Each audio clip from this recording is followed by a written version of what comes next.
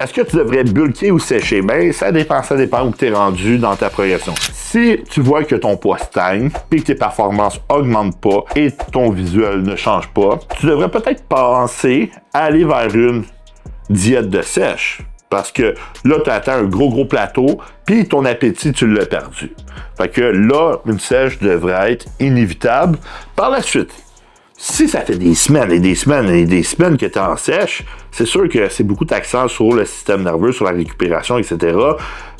Puis être en sèche, ça augmente le cortisol, ça augmente le stress oxydatif, c'est pas très bon non plus. Fait que moi, je m'en irais plus vers une maintenance pour récupérer, ensuite un bulk. Mais si tu es vraiment maigre, t'as pas de masse musculaire, puis tu veux faire une sèche, parce que j'ai déjà entendu ça, ben, t'as pas de masse musculaire, t'as rien à sécher. Moi, je m'enlignerais plus vers un bulk. Puis quand je dis bulk, je dis pas dirty bulk, genre mange des burgers puis des chips chaque jour. Non, un bulk, c'est une prise de masse propre, ce qui veut dire que tu augmentes graduellement les calories de combien? De des bons de 10%.